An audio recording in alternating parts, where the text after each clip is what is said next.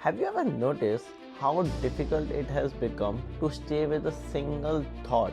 Not consume a thought, not react to a thought, but actually staying with one. You start reading something and a notifications appear. Check your phone, one video become another, one idea becomes 10, one question disappear beneath 100 new answers, and before you has realized, an hour has passed. You are surrounded by the information, but nothing stays long enough to become understandable. Surrounded by information, but nothing stayed long enough to become understanding. And I think a lot of people feel this without even recognizing it. Not because they are lazy, not because they are incapable of thinking, but because modern life rarely asks us to stay with anything for very long. Everything moves, everything updates, everything refreshes, and somewhere inside that constant movement,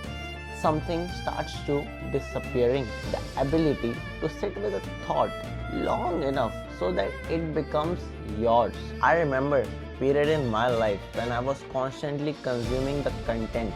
Videos while driving home, more content before bed, a spare moment filled with something. For a while, I genuinely believed I was learning. I was listening to successful people, psychologists, philosophers, people explaining life, purpose, discipline, identity. Then, one day, something strange happened.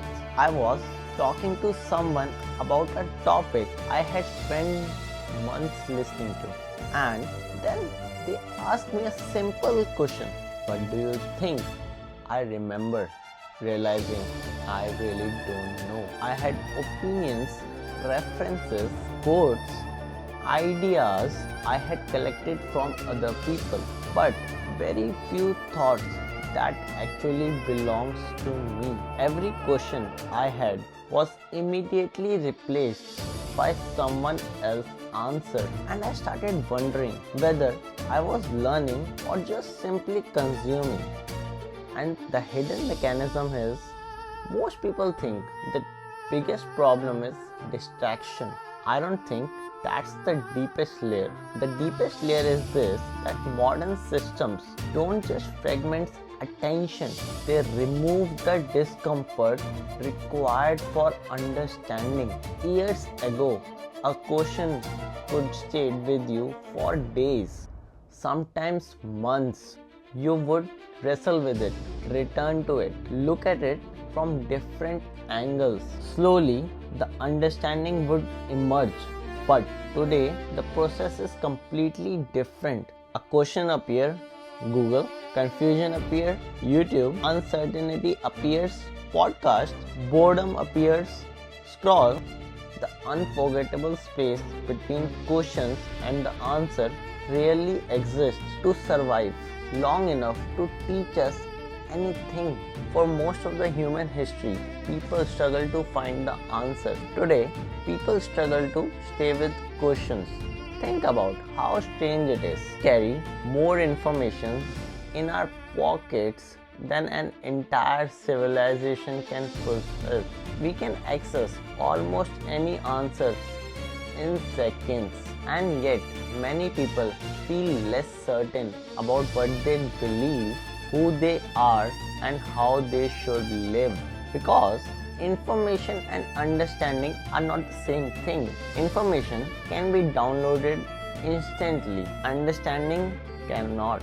Understanding requires time, reflection, and confusion. Patience. It requires living inside a question long enough for it to change the shape. This is where the real cost appears. The problem is not simple that we think less. The problem is that we trust our own thinking less. When every answer comes from somewhere outside of you, something subtle begins to happen. You stop developing confidence in your ability to arrive somewhere on your own. You become skilled at finding answers, but less skilled at discovering them. You become informed, but not necessarily convinced.